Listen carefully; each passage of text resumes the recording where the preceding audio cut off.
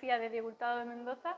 Me llamo Patricia y voy a contaros un poquito de su infancia y de cómo le fue la vida a este señor. Bueno, Diego Hurtado de Mendoza nació en la Alhambra en 1503 y fue hijo de Íñigo López de Mendoza, más bien conocido como el conde de Tendilla, que tal vez os suene un poquito más ese nombre, y su madre fue Francisca Pacheco. Tuvieron 9 hijos y bueno, él, aquí podéis ver la posición que ocupaba en la familia, era de los más pequeños. Y bueno, os preguntaréis por qué nació en la Alhambra este hombre, ¿no? ¿Qué relación tenía con este palacio? Bueno, pues era principalmente por el trabajo de su padre, que fue nombrado capitán general de la Alhambra por los Reyes Católicos, porque ya en esa época pues se encontraba, Granada estaba conquistada por los cristianos, y bueno, pues era una familia que estaba muy cercana a la monarquía y tenían esa posición bastante privilegiada. Y bueno, no se sabe mucho de la infancia de este hombre, pero lo que sí podemos saber es que se presume que pudo estar en Granada hasta la muerte de su padre en 1515 y que bueno, tuvo una infancia bastante mezclada entre moriscos, cristianos y bueno, pues eso lo marcó para el resto de su vida y lo podemos describir como una persona, ¿cómo lo imagináis? Era una persona, ¿qué pensáis cuando lo veis en las fotos, por ejemplo? Serio, carismático. Era un hombre muy mujeriego, por ejemplo, también era un hombre muy orgulloso, indisciplinado, tenía un poco así de rebeldía y bueno, pero sobre todo era también una persona muy estudiosa, muy independiente y tenía mucho talento pues para las letras sobre todo. Y claro, esta personalidad tan dispar le llevaba a tener varias discusiones con su padre, que él quería que fuera cura.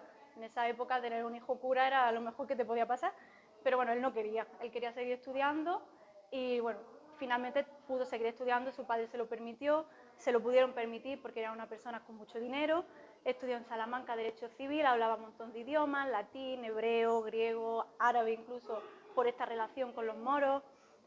Y bueno, toda esta mezcla es lo que al final acabará marcando su vida adulta de ahora en adelante, que os lo va a contar mi compañera Silvia en un momento. Bueno, yo me llamo Silvia y yo voy a seguir la historia de Diego Hurtado de Mendoza, como ha estado contando Patricia, a partir de su vida adulta. Diego Hurtado de Mendoza se cree que participó en la batalla de Pavía en Italia junto a Carlos V. Ahí fue cuando empezaron a establecer relaciones, se volvieron bastante amigos y volvieron juntos de allí, volvieron a las Cortes de Toledo. Una vez que volvieron a las Cortes de Toledo, Carlos V quiso que Diego Hurtado de Mendoza fuera su mano derecha para tener un poco controlado el continente. Entonces siempre lo mandaba, pues, primero lo mandó a Inglaterra a controlar el matrimonio de Enrique VIII para ver qué intenciones tenía, pues las rencillas entre Francia, España, al final siempre había guerrillas por todos lados. Luego lo mandó a Venecia, donde fue embajador, Diego Hurtado de Mendoza, luego lo mandó a Siena, al final tuvo papeles súper importantes en todas estas ciudades. Una vez ya volvió a España, lo mandó a Bélgica. En Bélgica tuvo una pelea, no conocemos el porqué, pero tuvo una pelea y fue desterrado de Bélgica. Cuando volvió a España ya no estaba Carlos V, estaba Felipe II, que no era tan buena persona como Carlos V. Ya no estábamos hablando de un amigo de Diego Hurtado de Mendoza. Entonces él no era tan benévolo como Carlos V y lo desterró a Granada. Cuando Diego Hurtado de Mendoza llegó a Granada, había guerra entre los moriscos, los cristianos. Felipe II quería que o los moriscos se convertían al cristianismo o tenían que vivir en el exilio. Eran las dos únicas condiciones que tenían. Entonces al final ellos no querían. Entonces había mucha guerra. Ocurrió la famosa guerra de la Alpujarra, de la cual Diego Hurtado de Mendoza tomó nota, porque él convivía con los moriscos desde pequeño y él apuntó todo lo que pasaba. Él todo lo iba escribiendo, se enteraba de todo porque estaba metido en todos lados y al final todo quedó documentado en un libro que escribió que se llamó La Guerra de la Alpujarra, Pero no fue hasta que Diego Hurtado de Mendoza murió que no se publicó, porque obviamente si lo publicaba en vida no iba a durar, porque nadie lo quería vivo. Entonces, bueno, tomó nota de todas estas cosas y llegó un momento en el que le dijeron, bueno, ya no tienes que vivir desterrado, vete a donde quieras. Y volvió a las Cortes de Madrid, que era donde él quería haber estado desde un principio. Y justo un año después de volver de las Cortes de Madrid, murió en 1575, en agosto, y ahí acabó su historia. Gracias a todos los viajes que hizo Diego Hurtado en Mendoza, conoció a personajes súper importantes, como el pintor Tiziano, que el retrato que tenemos aquí lo pintó él. Y bueno, aquí podemos ver imágenes de la residencia de los condes de Tendilla. Bueno, aquí también el escudo de los Mendoza, que se encuentra en el Palacio de Carlos V. Está el escudo de la familia. Aquí está en piedra y aquí está hecho en cerámica. También es exactamente el mismo. Y bueno, esta fue su historia. Y ahora Patricia va a contaros unos cuantos datos más sobre su vida. Bueno, pues para añadir un poco más de información vamos a destacar unos cuantos datos de su legado histórico, que como os hemos contado hasta ahora, pues viajó muchísimo por toda Europa y esto hizo que pudiera coleccionar una gran cantidad de libros. Entonces pues tenía prácticamente la mejor biblioteca de toda Europa en ese siglo, en el siglo XVI. Entonces, ¿qué pasa? Que cuando murió le dejó toda esa biblioteca en herencia al rey Felipe II. Y ahora pues actualmente podemos encontrarla en una de las secciones del Escorial, de la Biblioteca del Escorial. También pues, podemos destacar que se rumorea que él pudo haber sido el escritor del Lazarillo de Tormes. Se pudo, pues, comprobando los escritos y libros que sí que se conocen que son de él, pues se hizo unas breves comparaciones y bueno, se puede como intuir que fuera suyo. Y otra cosa que podemos destacar, una persona que fue muy importante en su familia, que fue su hermana María Pacheco, que es esta mujer de aquí, bueno, a ella se la conocía por ser una revolucionaria prácticamente. Ella se tuvo que casar con un caudillo de la época que se llamaba Padilla, que era el líder que llevaba el ejército que estaba en contra de Carlos V. Entonces, cuando su marido muere, es ella la que decide tomar ese puesto de dirección del ejército. Y claro, siendo una familia tan unida al rey, que la hermana se encargara de ir en contra del rey, pues se vio como una traición muy grande. Entonces, a causa de esto, tuvo que ser exiliada, o sea, la exiliaron a Portugal. Y nunca la perdonaron, no la perdonaron ni el rey, nadie la perdonó y tuvo que morir allí, exiliada en Portugal, en Oporto.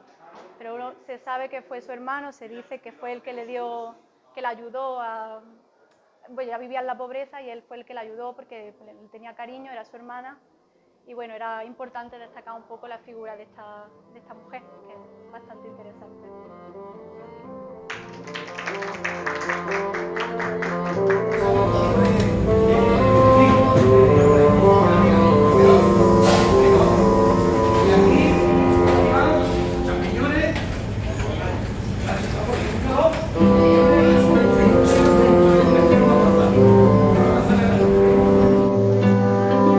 Vale, ya está, venga, ya está. Llévatelo. Déjalo bien. A ver, bueno, chicos, vamos a terminar con los platos de la cocina del siglo XV-XVI. Una cocina, a pesar de los siglos que hacen, bastante interesante, que nos han enseñado mucho nuestros antepasados. Y bueno, desde aquí de la Escuela de Hostelería Hurtado de Mendoza de Granada, pues queremos enseñar a nuestros alumnos lo que ha sido la historia de nuestra gastronomía. Un poco, no bastante, herencia de las tres culturas, de la cocina sefardita, morisca y cristiana. Aquí un ejemplo del cochinillo con todos los ingredientes que teníamos de la época, como la manzana, con la canela, el azúcar, las peras. Patatas no se utilizaban y utilizaban otros productos, como es el puerro y otras hortalizas, el jamón asado. Ya en aquellos años ya lo cocían no al vacío, porque no conocían la técnica del vacío, pero sí utilizaban una técnica muy buena, que era meter una olla sobre otra con agua, tapaban con harina y hacían el efecto del vacío. Ese jamón se ha llevado 20 horas a 80 grados y luego el golpe final. Se ha infiltrado con hierba aromática, sal y pimienta. Por aquí tenemos los capones. El capón parece que es nuevo y ya los romanos los capaban, especialmente cuando había años de sequía. Y entonces, ¿qué es lo que hacían? Pues bueno, para que los granjeros y demás utilizasen menos grano, pues capaban a los capones y así, pues bueno, había menos aves.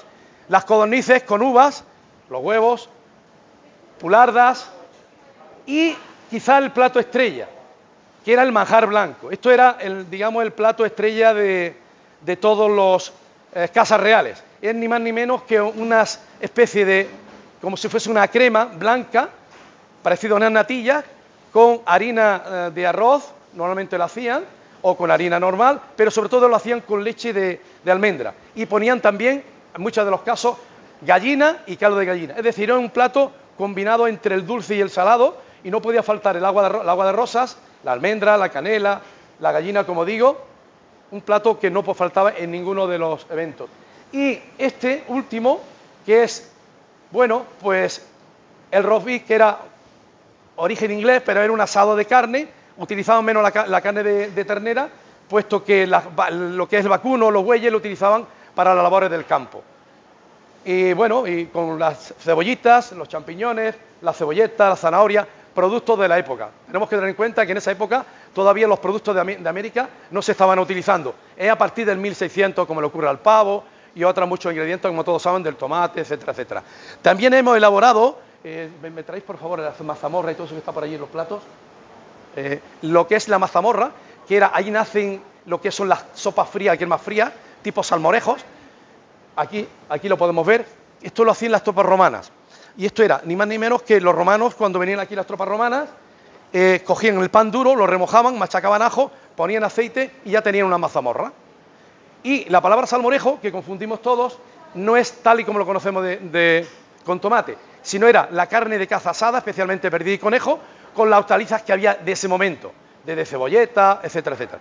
Tenemos que tener en cuenta, y recuerdo que el pimiento, tomate y más es después cuando se empieza a consumir. Nuestro romejón no podía faltar, en los salazones, el bacalao, la cebolleta, la naranja. La patata se le incorpora después, pero bueno, como de alguna manera para mí es casi como un engaño, puesto que metían más patata y menos bacalao, digámoslo así. El remojón nuestro del valle, que era muy conocido, y se hacía mucho en el valle y todas las Alpujarras, que le ponían, pues bueno, mucho bacalao, ¿sí? Productos nuestros de aquí. El arenque entonces ya se utilizaba mucho, la fritura empezaban a utilizarse, que eran de origen sefarditas, y por supuesto la semilla, especialmente la lenteja y el garbanzo. La judía no, la judía se incorpora después. El garbanzo posiblemente fue, dentro de las leguminosas, la primera que se empieza a cultivar. La lenteja y el garbanzo casi todos vienen de la parte de Turquía, esa parte de Asia Menor, ¿de acuerdo?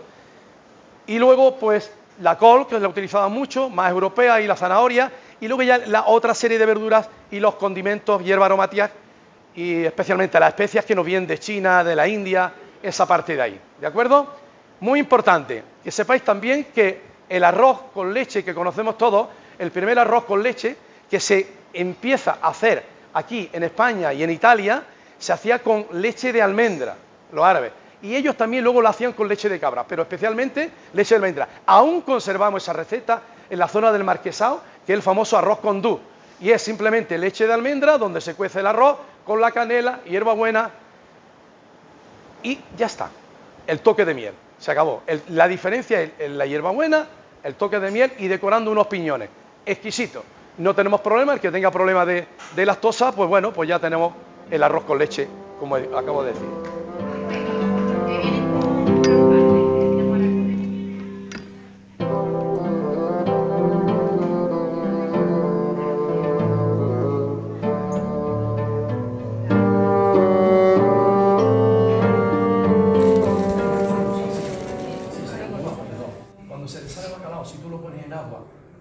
Y o vas corriendo el agua, resulta que la parte de fuera está dulce, lo bacalao, y lo de dentro está salado.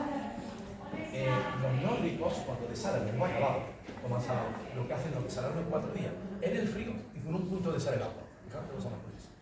Oye, haced la prueba. ¿Vale?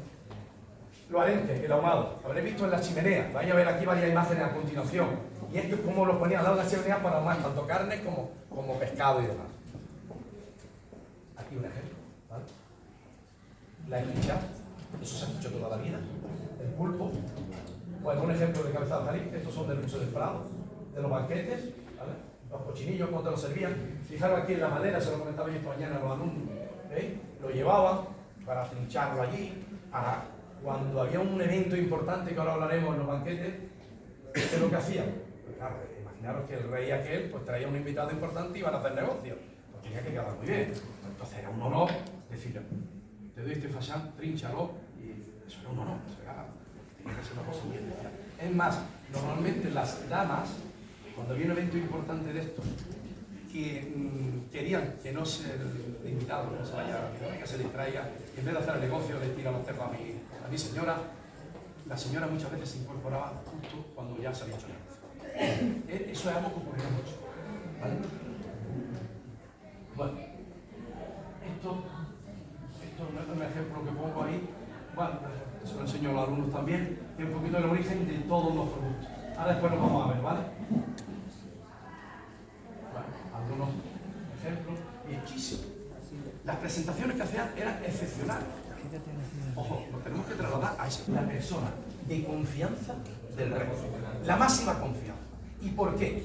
Fijaros bien si era importante que él trinchaba y cuando él fallecía o por mayor, pasaba hijo. ¿Por qué? Por la seguridad, por si envenenamos la comida, ¿me comprendéis? Igual ocurría con los vinos. Ahora vamos a ver. Bien, mirad qué ejemplo de banquete del siglo de oro. Mirad qué plato. Y me voy a centrar en uno aquí, manjar blanco, que es este que hemos hecho aquí nosotros. Y lo hemos hecho prácticamente igual, bueno, con los mismos ingredientes todo. No sé si ahora después si queréis lo pasáis, lo veis. Lo podéis ver aquí. ¿Y qué era esto? Si queréis pasarlo, pues os paso que lo veáis. Os voy a explicar porque mirad. No había banquete importante que se preciase que no se hiciese el manjar blanco. Si no hacíamos el manjar blanco, parecía que aquello era otra cosa. ¿Me entendéis? Entonces, ¿qué era el manjar blanco? Ni más ni menos que una especie de crema, hecha o bien con leche, especialmente en la mayoría de los casos leche de almendra, otras veces lo hacían con caldo de gallina, todos los roscos, todos los pestillos, las gachas dulces, etcétera, etcétera. Antiguamente no había, y de esas raíces en esa época, ¿vale? Pero, claro, es herencia de las tres culturas que pasaron por aquí, ¿no? Bien, siglos XIII, XIV, XV, a partir de esa fecha, si observáis, a ver qué plato vemos aquí, por ejemplo, el chinillo del cerdo, las codornices, los nabos, gachas, cocidos. Los franceses nos copian y nosotros copiamos. Nosotros copian y nos copiamos. Es normal, eso es normal, que ocurra.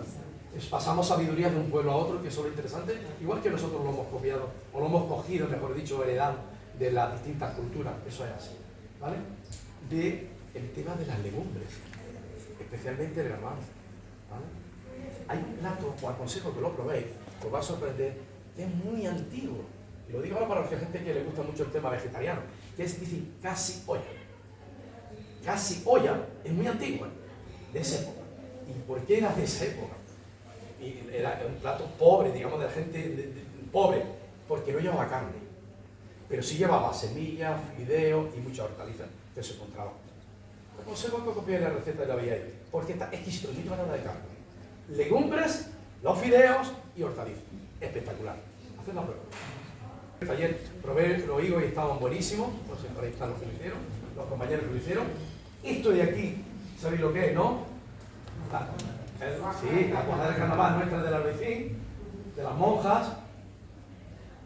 Bien, esta bibliografía que he puesto ahí, que la podéis ver allí, ahí están. Todos son, digamos, el primer libro que existe en España, escrito de cocina, el primero, digamos, de confianza, fue en el 1400 y pico, no llevaba 1500, digo libro de confianza de cocina, que era catalán, del señor Noga, ¿de acuerdo? Bien, el agrado. Esta es la salsa, vamos a entrar ahora en la salsa las tres salsas que yo os comentaba anteriormente. La grasa, lo habéis oído alguna vez, es una salsa que se hacía, ahí lo podéis leer, pero siempre se hacía en julio. ¿Por qué? Porque estaba la uva verde y la dejaban fermentar al sol. Igual que pasaba con el galo, ¿vale? O el almohadilla. Muy interesante esa salsa. Y el galo. ¿Qué es? ¿Y cómo nace el galo? Y la receta del galo. ¿Vale? Ahí la podéis ver. Cómo se hacía, con los vísceras, especialmente el pescado azul, el caballa, el ron, etc. ¿Vale? Si alguno tiene, yo se lo paso, no hay ningún problema. Si quiere la salsa. Y a ver, mirad que voy a ver ahora que algo muy... Los espárragos y nuestras... aquí quería llegar.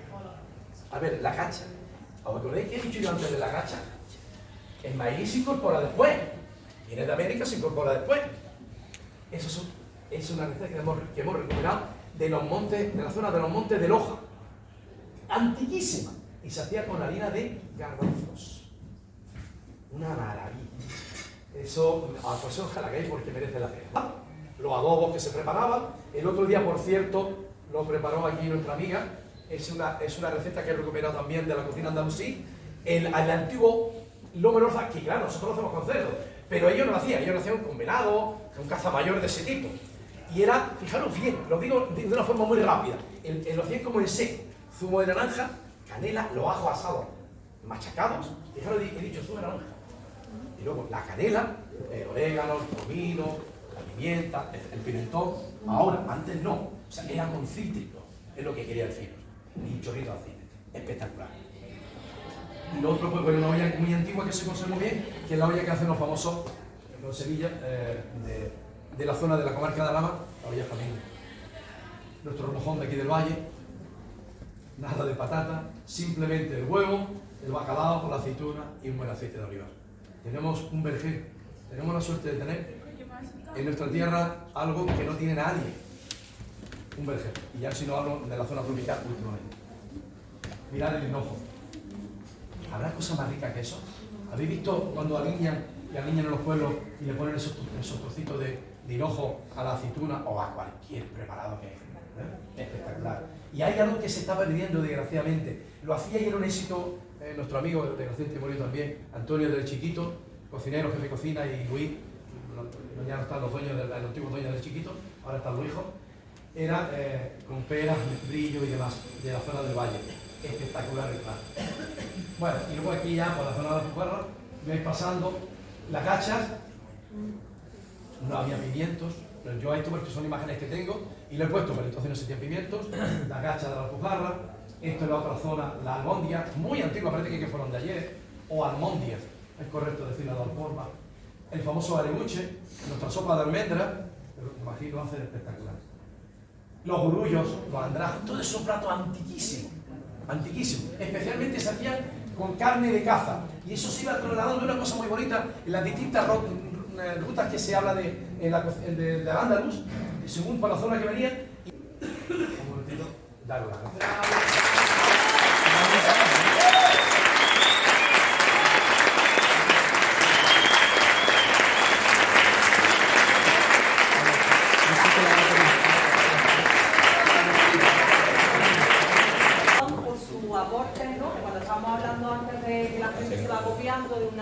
De unos países a otros, de unas civilizaciones a otras, pues vosotros también tenéis que copiar a los maestros, que tenemos la suerte de contar pues hoy con Juan y con esta charla que él ha dado porque ha querido, ¿no? Como todos los profesores y profesoras que están participando en el proyecto de Vivir Sentir el Patrimonio, que lo hacen desinteresadamente porque creemos que es una apuesta por nuestros alumnos para que conozcan pues cosas que son nuestras, que están en nuestra esencia, ¿no? Porque todos venimos de aquí, de lo que nos está contando Juan. Entonces, durante estos 2 días hay un montón de compañeros y de compañeras que han estado trabajando con sus alumnos en temas de cocina, en salas, decorados, visitas teatralizadas por el centro para homenajear a la figura de Diego de Mendoza, visitas teatralizadas, es decir, que se han hecho un montón de cosas que yo creo que no solamente a Juan, que se la merece sobradamente, pero también al resto de profesores que no están aquí ni están todos los alumnos que han participado, tenemos que darle un fuerte aplauso.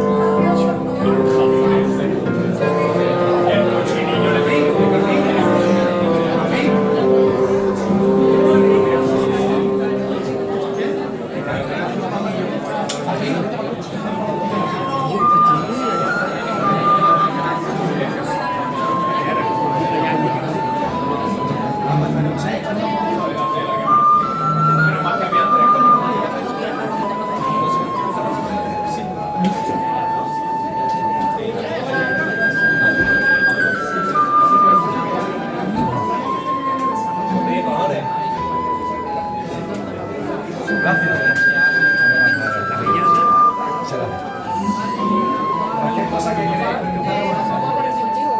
Ah, venga, sí. Ponedme aquí la zona bonita. Marito, no te vayas. Que hagamos la foto. Uy.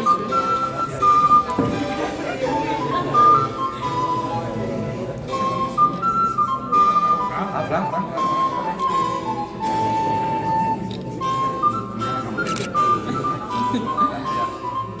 Muy guapo.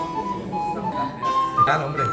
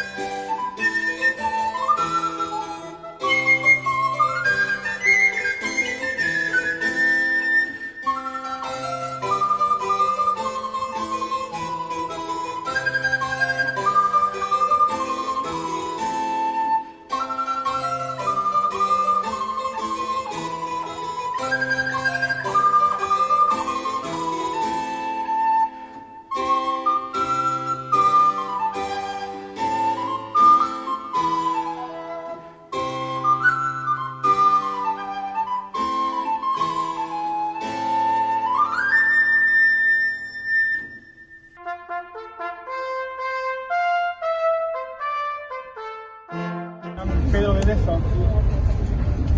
Y es la razón principal por la que estoy triste. Porque no es un día en honor a mi persona. No. Hoy es un día para recordar la figura del ilustre y siempre recordado Felipe II, mi rey. Monseñor. Gente de Granada, amados líderes y nobleza que apoya la corona. He venido en este día para congraciar a la familia Mendoza, concretamente a un miembro de ella, don Diego Hurtado de Mendoza, quien ha decidido regalarme su biblioteca personal, que a partir de hoy será concebida como uno de los bienes más preciados de la corona y que trasladaré de inmediato a mi residencia en el Escorial. Me llena de alegría ver caras conocidas en este día tan jubiloso. De hecho, veo caras reconocibles de aquella gente que ha apoyado mi gobierno, que ha apoyado a la corona.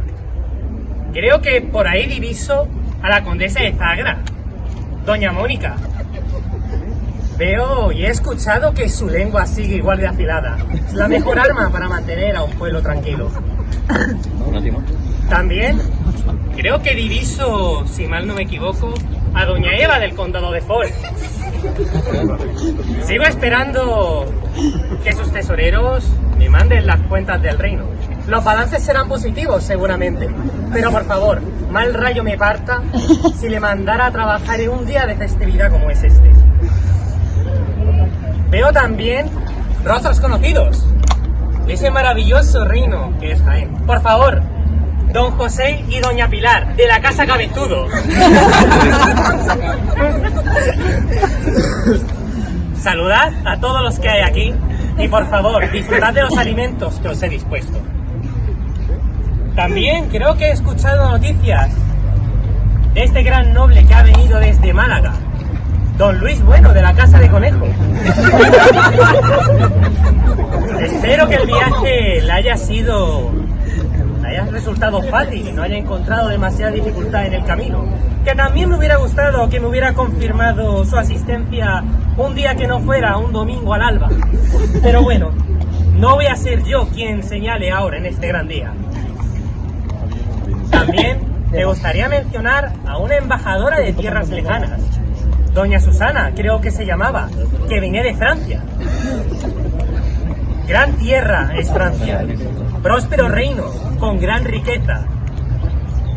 A lo mejor en un futuro declaro una campaña contra aquel reino. Pero bueno, por favor, no me toméis en serio, no voy a declarar guerras aún.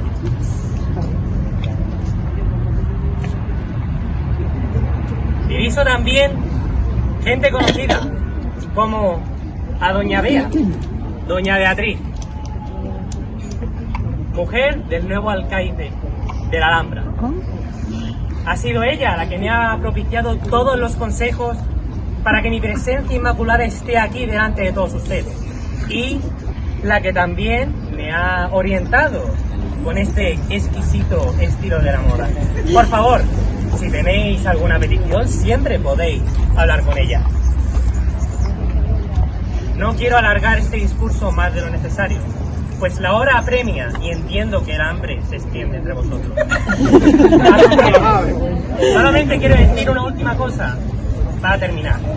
Agradecer primero a don Lau, quien ha organizado este gran festín con productos de esta tierra granada. Y para terminar, os pido que alcéis vuestras copas y que celebremos por la corona. Por la corona. Y por don Hurtado de Mendoza. ¡Ole! ¡Ole! ¡Viva Hurtado de Mendoza!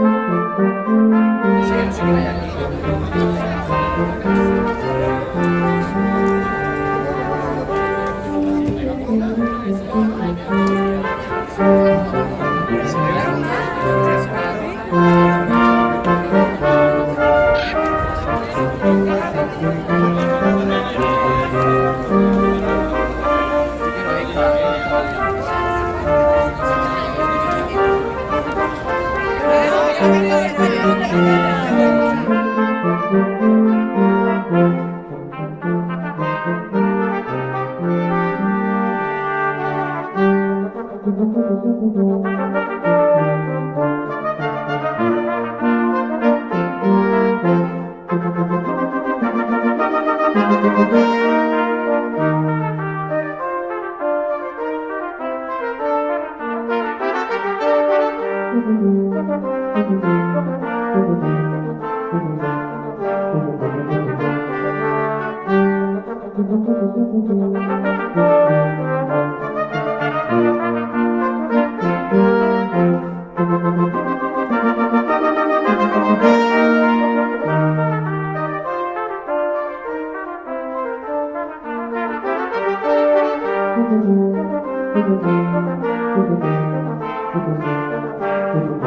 you.